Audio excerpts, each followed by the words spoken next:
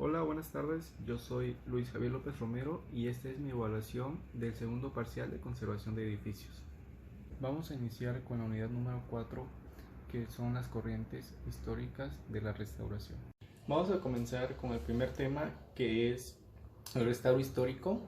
Este nace a partir del debate en donde se establece la diferencia entre lo antiguo y lo moderno. Esta tiene un cierto criterio para cualquier tipo de edificio. La primera es los criterios específicos y unitarios para la intervención. El segundo es el conocimiento documental que se necesita para hacer esta intervención. La tercera es el análisis profundo del edificio. Y la cuarta nos habla acerca de la recuperación del valor patrimonial que este edificio puede tener. La siguiente es la restauración científica. Esta es una teoría fundamentada en el valor tanto de la historia como del valor artístico de los monumentos, y en lo absoluto es la necesidad de la verdad. En ella es donde la restauración debe estar basada en datos concretos conocidos, nunca en hipótesis, y establece los principios de la restauración. Esta se basa en dos categorías.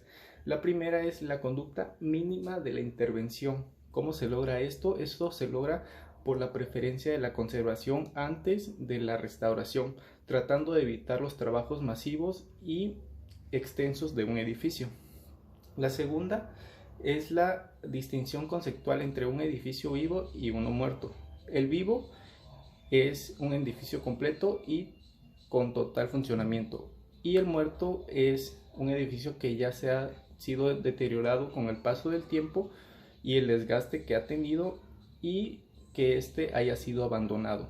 El siguiente tema es la ideología entre Viollet-le-Duc y Hume.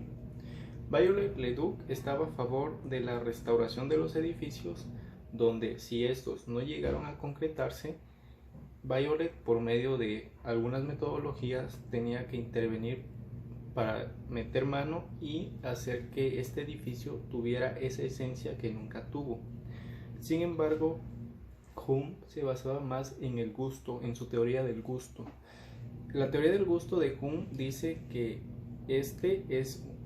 se da acerca de una percepción humana, y en un artículo nos narra que al decir que una obra de arte es bonita es algo absurdo, porque no una persona va a hablar por la mayoría de la sociedad.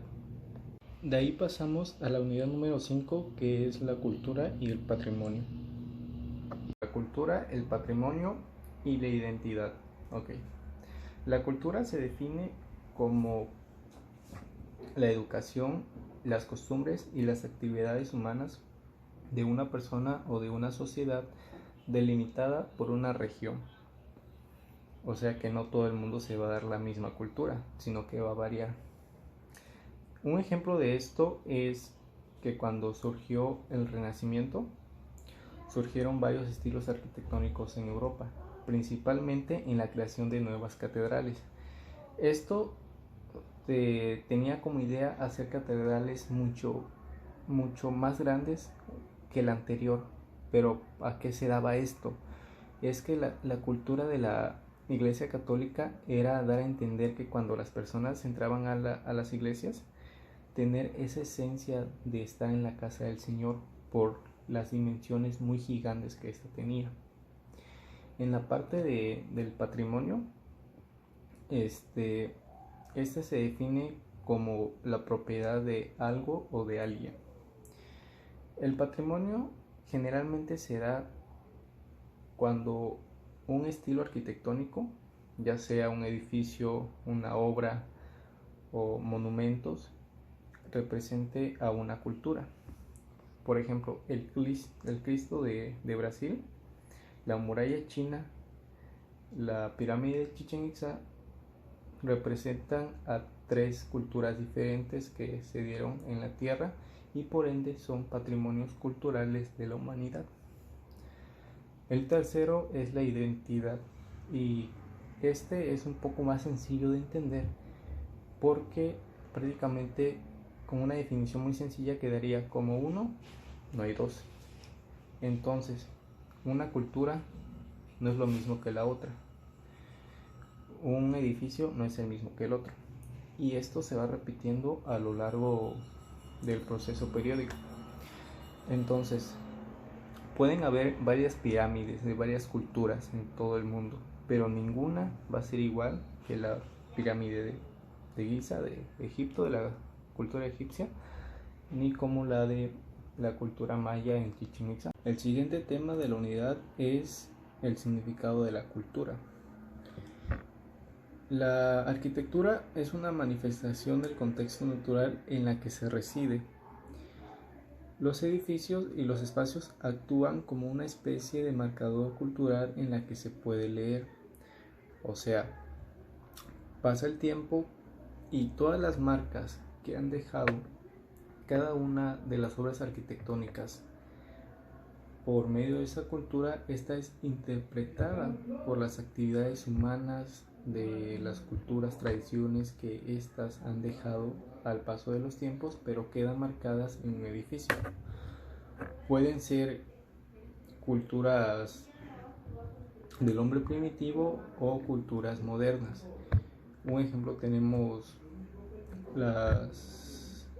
las culturas que hoy están, por ejemplo la contemporánea, donde va un paso más adelante y planea una ciudad cada vez mejor.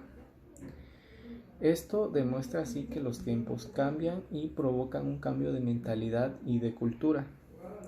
O sea que hoy en día no se van a hacer sacrificios humanos como se hacían antes en la época de 1500. Entonces, pero la base no solo es establecida en toda la ciudad, sino que igual se establecen las raíces. Esta forma de pensar se da también desde el trazado de las calles hasta la implementación de nuevos edificios. La arquitectura como producto cultural permite reconocer en ella los factores locales que la determinan y las influencias extrañas que recibe. Pero, como toda creación humana, por particular o local que sea, siempre sus expresiones es posible identificarla, ya que es algo común entre todos los hombres y es algo que nos une. Un ejemplo es que cuando vamos a otro país y vemos un comercial que habla sobre Chichén Itzá o cualquier monumento mexicano, uno se va a sentir atraído y va a sentir esa cultura de la nación que tiene hacia su país o hacia el lugar de donde es. La aplicación de conocimientos y métodos científicos tienden a hacerse universal, pero cada cultura adopta y modela sus propias técnicas de acuerdo a sus necesidades específicas. Aun cuando todos los pueblos llegasen a alcanzar el mismo nivel de capacidad técnica y científica, la arquitectura corresponde a los requerimientos de su medio y la de sus hombres, pero esta tendrá una expresión propia como tal, de tal valor que su aportación igual es universal. El siguiente tema es el patrimonio cultural y, al igual que lo expliqué hace rato, es el conjunto de bienes tangibles e intangibles que constituyen la herencia de un grupo humano, que refuerzan emocionalmente su sentido de comunidad con una identidad propia y que son percibidos por otros como algo característico. El patrimonio cultural es el producto de la creatividad humana. Se hereda, se transmite, se modifica y se optimiza de individuo a otro individuo, y esto se va de generación en generación. Patrimonio arquitectónico son monumentos, edificios y construcciones que representan nuestra memoria física y nuestra evolución o involución social. Para finalizar, vamos a hablar acerca de los edificios históricos y de los monumentos. Un edificio histórico es un lugar, ruina, construcción u objeto de propiedad fiscal, municipal o particular que por su calidad e interés histórico o artístico o por su antigüedad sean declarados como tales el decreto supremo dictado a solicitud previo del Consejo. Un ejemplo de esto sería la la iglesia de Notre Dame. Como ya tiene varios años de construcción, se considera como un edificio histórico por todo lo largo que ha cruzado ese edificio. Cambio de culturas, cambio de ideologías, cambio de mentalidad.